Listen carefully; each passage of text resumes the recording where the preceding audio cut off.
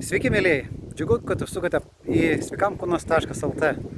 Esu Tomas, šito projekto įkūrėjas, vystytojas. Ir tikrai labai džiugu, kad visų pirma atradot ir žiūrit šitą video.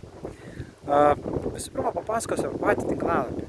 Tai jisai skirtas žmonėm atrasti sveikatingumą, atrasti patyrimus, atrasti būdus, skaitinius, specialistus, renginius, kurie jums padėtų jaustis geriau, turėti sveiką kūną.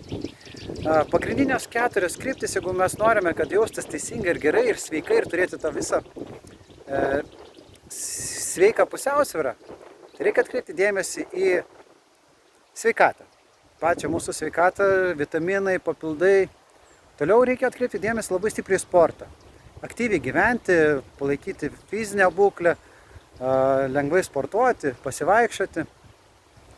Kas yra labai svarbu ir emocinis stabilumas. Jeigu žmonės norite numesti svorio, bet nėra emocinio stabilumo, žinokit, neveikia. Tam tikri dalykai, kurie vyksta organizme, jie tiesiog neleidžia mesti svorio. Ir kas tikrai yra vienas kitą kartą nuvertintas dalykas, tai yra grožis. Mes turime rūpintis savimi, kaip mes atrodom, kaip mes jaučiamės, nes nuo to irgi labai daug priklauso mūsų ir visa kita būsena. Jeigu mes patys nesijausime gražus, būsime emociškai nestabilus. Būsime emociškai nestabilus, kaupsis svoris, mes jausimės nesveiki. Jausimės nesveiki, tai reiškia, mes nesportuojame. Tai va toks yra užburtas ratas. O kaip gimė šitas visas tinklalapis? Po Covido praėjusių visokių įdomybių versle, ties kita veikla labai stipriai buvau nudegęs. Didelį nuostolį, kurios reikia tvarkytis, apleidau sveikatą, nutukau, priaugau svorio, žinot, psichologiškai sugriuvau.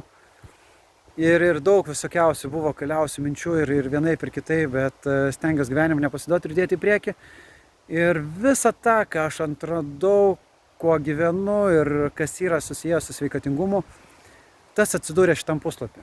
Vedu savo asmeninį tinklaraštį, kuriame karts nuo karto kažką patalpinu. Bet dėmesys didžioji dalis keliauja šičia, kur aš noriu suburti kuo daugiau žmonių, kuo daugiau įdomių produktų, kad kiekvienas besilankantis galėtų atrasti. Visą tai stengiuosi daryti, kad tai būtų paprasta, natūralu, todėl va, miške, pažaislėje, šiandien vaikštau telefonu ir pasakoju jums apie šitą projektą. Kad tai būtų paprasta ir aišku, kad mes esam čia kartu su jumis ir nėra kažkas čia toks labai didelis išplėtotas verslas, tai yra kelių žmonių komanda, kuri darbuojasi ir stengiasi jums padėti. Atrasti produktus, atrasti informaciją ir panašiai. Taigi, tikiuosi, kad vėjas didelio triukšmo nepadarė. Šitas įrašas bus jums puikiai klausomas. Ačiū tie, kurie žiūrėjo iki pačio galo ir tie, kurie domėsi visų šitų projektų. Laukite įvairiausių naujienų, skaitykite, domėkitės. Iki kito karto.